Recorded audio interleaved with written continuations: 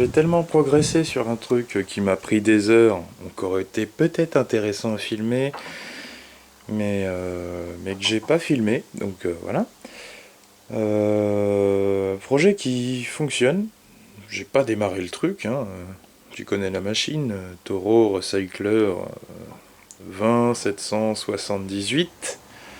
Donc qui normalement a une manette qui fait deux fonctions. Donc la manette qu'on a ici fait d'origine deux fonctions. Donc comme tu peux voir, hein, elle sert de manette de traction d'avancement, vu que c'est la seule, voilà, et puis c'est pas un push drive system, là, automatic drive system de chez Toro. C'est une version pro, donc il n'y a pas de machin en plastique, tout est en métal là-dessus. Même ça c'est du métal.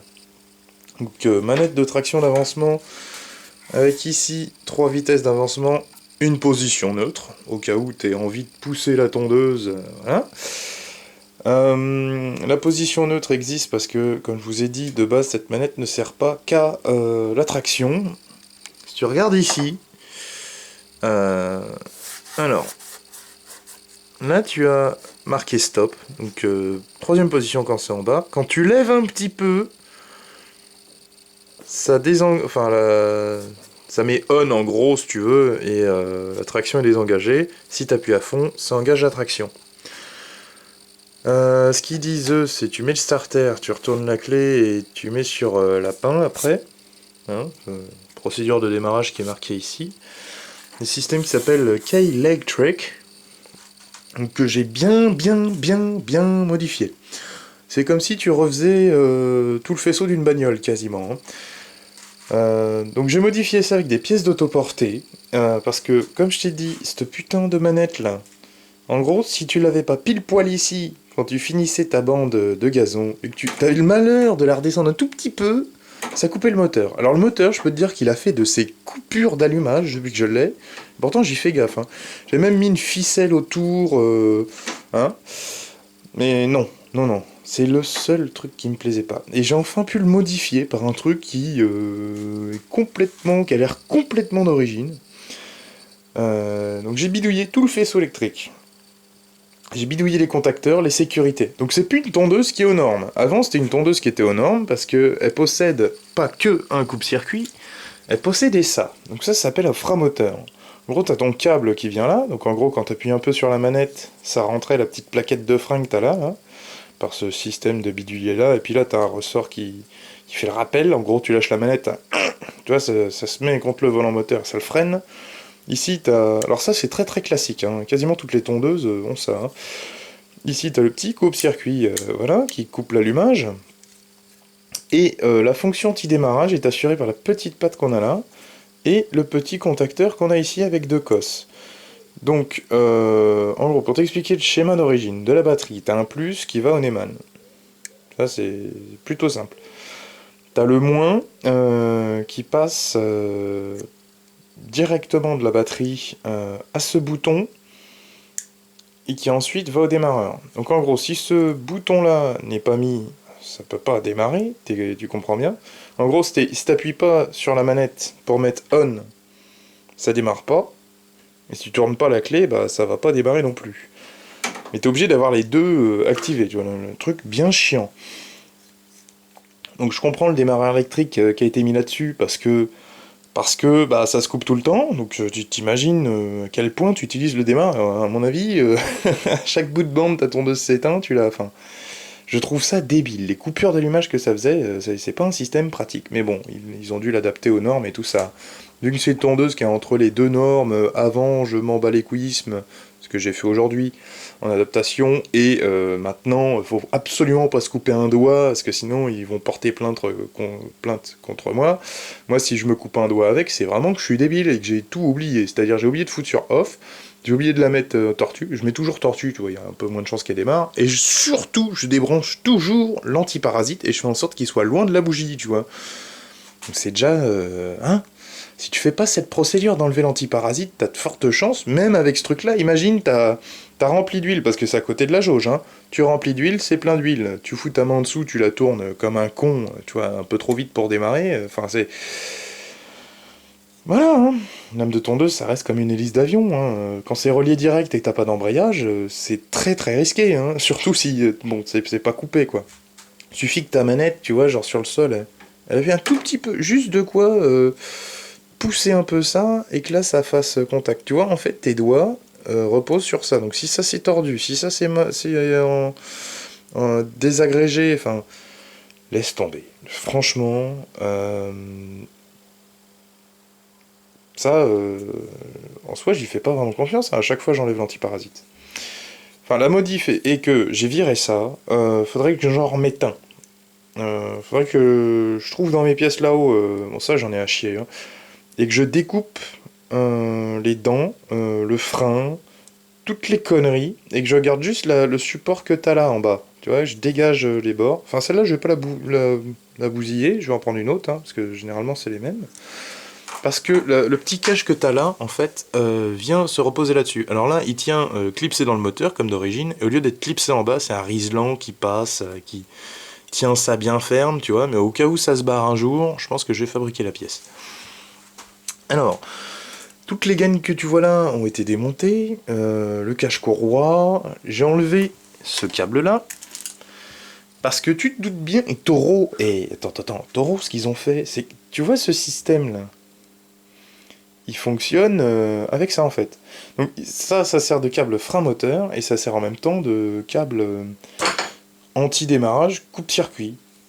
Donc ça te refait un câble et c'est pour ça que cette manette, elle est en deux parties. En fait, tu as cette partie avec le crochet, dans quoi venait le câble que tu as vu, et tu as la partie câble de traction, ici.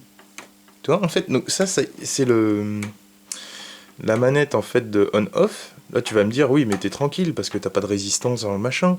Ouais, mais rajoute le gros ressort que t'as et tu fais pas la différence entre le ressort du frein moteur et le ressort que t'as quand tu tractes.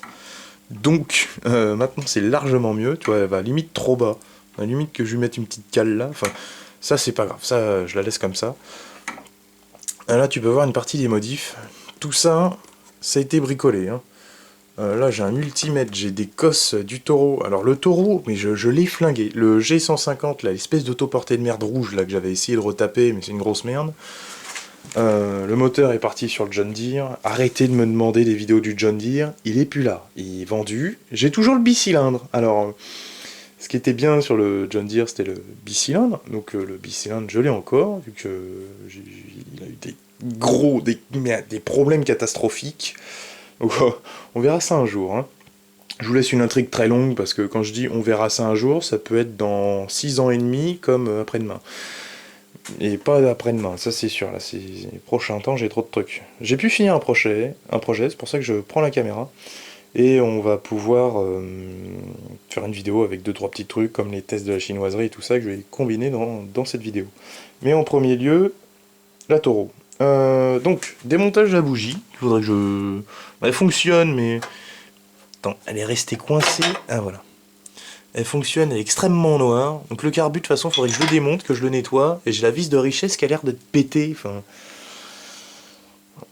On verra, voilà. Il faudra que je fasse un réglage soupape pour être tranquille. Changer la bougie pour être tranquille. Déjà, j'ai démonté la bobine d'allumage. Nettoyée, parce qu'elle commençait à être pas mal rouillée. Hein. Bien nettoyée et recalée à 0,3. D'origine, enfin, d'origine, attends, si tu veux, ça c'est un faux Briggs & Stratton. Hein. C'est une conception de base Briggs & Stratton, complètement revue par Toro, et du coup ça s'appelle un moteur Toro GTS 150. Ouais, qui ressemble un petit peu au Untech. Je vous mettrai des photos quand il n'y a pas les caches, j'ai pris les photos. Vous verrez que c'est bien différent. Hein. Donc, là-dessus, le gros souci que j'ai eu, c'est que moi je pensais, genre, tu te pointes, est-ce que j'ai là, voilà. D'origine, t'as ça. T'as un Eman comme ça. Et c'est un Eman qu'en fait, tu peux tourner avec le ressort. Tu vois, il n'y a pas de position on, c'est genre off, ou tu tournes pour activer le démarreur. Vu que le on-off se faisait avec ça. Que ça soit pour l'allumage, ou pour l'activation du démarreur. Donc, tu vires ça, et toujours en me basant sur le Toro, là j'ai pris ce barillet là, enfin ce contacteur à clé. Et cet enfoiré de contacteur à clé n'a pas de masse active. C'est-à-dire que quand... Attends, ça je te dis, j'ai passé 4 heures dessus hein, pour trouver ça. Avec les tests du HomeMet, et je comprenais pas. Donc, position off, position on, et position démarrage avec ressort comme celui-là. Voilà. Jusqu'en plus, tu as la position on, et tu as un tas de broches à la con. Donc tu as une broche qui est soi-disant la masse du tracteur, qui n'existe pas là-dessus. C'est la masse de la batterie sur celui-là. Le plus et moins de la batterie, parce qu'en fait c'est un carénage plastique, donc je pense que c'est pour ça. Un bouton pour les sécurités, un bouton pour les feux, un bouton pour la charge. Et en fait, bah ça marche pas. J'ai essayé de tout adapter, ça ne fonctionne pas. Non, je vais pas le casser, je vais le garder de côté, ça peut servir. J'avais en option de remplacement, tu vois, le contacteur de marche arrière, hein, pour si je voulais vraiment changer celui-là, parce que quand tu vois la gueule d'Écosse, c'est pas ça, elles se baladent, elles sont rouillées, elles sont dégueulasses. En soi, il fonctionne, donc bon. Tout ça, de toute façon, c'est de côté maintenant. J'ai enfin trouvé la solution. J'ai aussi retrouvé des pièces au grenier. Bon, les courroies, je fous ça de côté parce que ça n'a rien à voir. Mais cette pièce-là, qui est pétée sur la mienne, et parce qu'elle vibre de ouf. Hein. Je pense que c'est en grande partie à cause de ça. Et en deuxième partie à cause de la contre-lame. Donc celle-là n'a pas d'ailettes d'origine. Hein. Mais j'en rachèterai une avec des ailettes. Mais en attendant, pour m'en servir, voilà. Et ça, de mémoire, c'est l'adaptateur de lame Toro. Alors je sais pas pourquoi il y a un petit trou. Mais il me semble bien que c'est ça. Non, peut-être pas, peut-être pas, peut-être pas. Donc celui-là, il y a des vis qui se glissent dedans, machin. Enfin, je vais faire ça après. Déjà, je vais essayer d'être concentré sur la vidéo. Donc, t'as 2 fils qui vont au démarreur, plus moins. Et t'as le moins qui s'arrête en cours de chemin là, et qui allait au bouton contacteur que t'as vu. Donc, j'ai réutilisé cette petite gaine pour passer mon petit fil qui vient couper l'allumage. Ce petit fil qui vient couper l'allumage remonte.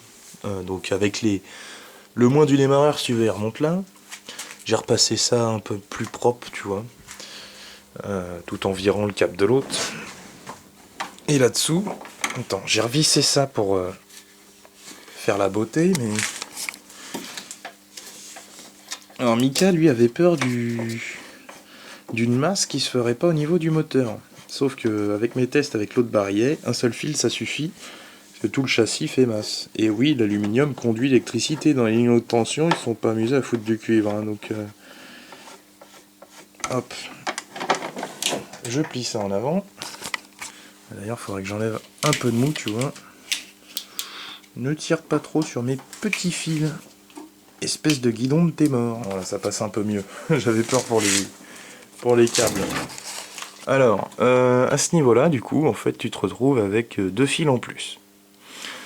Là, c'est la sortie... oui, parce que dans la gaine, en fait, tu as un alternateur au niveau du moteur qui vient recharger ta batterie quand tu te sers du moteur. Ça évite qu'elle soit tout le temps à plat.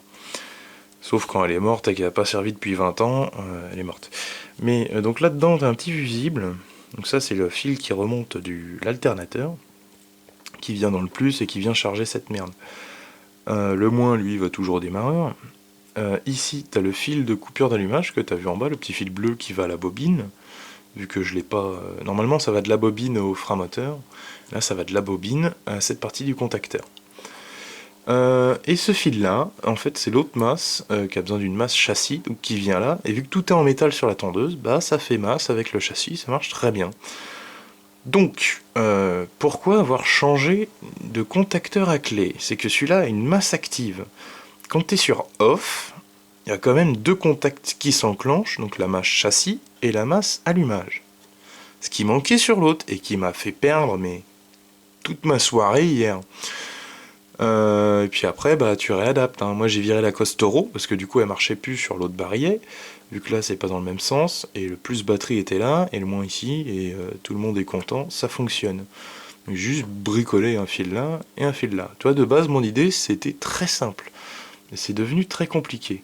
Donc là, tu vois un peu mieux le système de double manette, dans un mode au début contacteur, et après la traction. J'ai réussi à rebloquer le câble ici, donc je l'ai bien huilé. La patte ici se barrait, donc la manette se barrait. Et là, ce truc-là, j'arrivais pas à le pincer, la pincer tôt. Enfin, j'ai fait un essai, ça a fonctionné. Donc, je me suis dit, il y a vraiment que ça. Bon, bien que le câble ait un peu de mal, tu vois, les vitesses, c'est pas le truc que tu changes tout le temps. Donc, j'ai pris la pince du Seigneur. C'est quoi comme pince? Fort. Attends, pour une fois, avec l'usure, en fait, je commence. Fort. Piano wire. Ah putain, c'est des pinces à... Oh là. Ce H, j'en ai mis dans la gueule. J'ai coupé des vis avec ça. Hein. Ils sont tellement usés, en fait, tu vois, j'ai dû écarter un peu les... Tellement ça a été rafuté. D'accord, donc c'est une pince à corde à piano. Enfin, en fait, c'est la démultiplication qui est géniale. Il devrait sortir 10 millions de pinces avec ce système-là. Ça marche trop bien. D'accord, Made in Italy. Piaggio Rino. Oh. Avant, je le voyais pas ça. Piaggio Rino for piano wire. Ok. C'est des pinces de corde à piano. Enfin bref, les tenailles du Seigneur, si t'as envie. M'ont permis de ressertir le câble dans son support. Et pour l'instant, ça m'évitera de racheter un câble. Alors, le truc que j'ai vu dernièrement, c'est ça. Là, il est pété là. Enfin, mais c'est vieux ça. Ça doit dater de quand je les récup. Et il est pété là. Et en fait, c'est... Non, c'est carrément un autre adaptateur. Donc celui que j'ai là ne fera sûrement pas l'affaire en termes de... Donc, tu vois, en fait, il y a le même galbe. J'ai pas les vis et tout. Je sais même plus comment ça se montait, ça. Il y a un espacement en plus. Ah d'accord, ouais, c'était pour ceux qui étaient fixés avec les deux vis. Je sais même plus comment ça marchait. Je vais voir le reste là-haut, mais j'ai trouvé ça par hasard. Et je comprends même pas comment ça marche. Ah non. Ça se trouve, ça c'est autre chose. Enfin, vu la gueule, ça peut peut-être venir de la Toro. Bon, l'avantage c'est qu'il est pété des deux côtés. Je pense vraiment que la contre-lame, du fait que ça modifie le souffle et tout ça, ça doit vraiment être ça qui fait chier. Donc, oui, encore la référence. Ça c'est pratique. Mais tu vois que ces modèles de bordelier peuvent se fixer sur les modèles à deux trous pour la lame. Enfin, ça j'avais gardé de côté, j'ai bien fait, mais pour le coup ça va pas me servir. Parce que c'est pas les mêmes. Puis lui à mon avis doit être bien grippé. On s'amusera à démonter ça. Donc, cher contre-lame, je sais plus si dans la vidéo, quand j'affûte la lame, elle était pétée ou pas. Vous vous souvenez de la vidéo qui a fait plus de 500 000 vues? Toi. Oh oh. D'accord. Ah, c'est pas tout à fait la même fucking forme. Celle-là, elle épouse vachement bien. Celle-là, elle est un peu plate.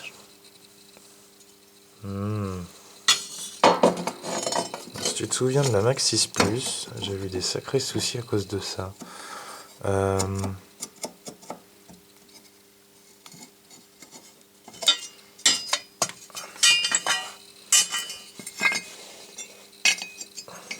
Non, parce que ça passe là-dedans comme la lame, donc ça me choque pas. Peut-être que la lame était plus large. Après, lui, il a bien la forme. Je dirais même qu'il est déformé. Oh la gueule. Ouais, je crois que tout est déformé là-dessus. Hein. Les ailettes, tout ça, donc...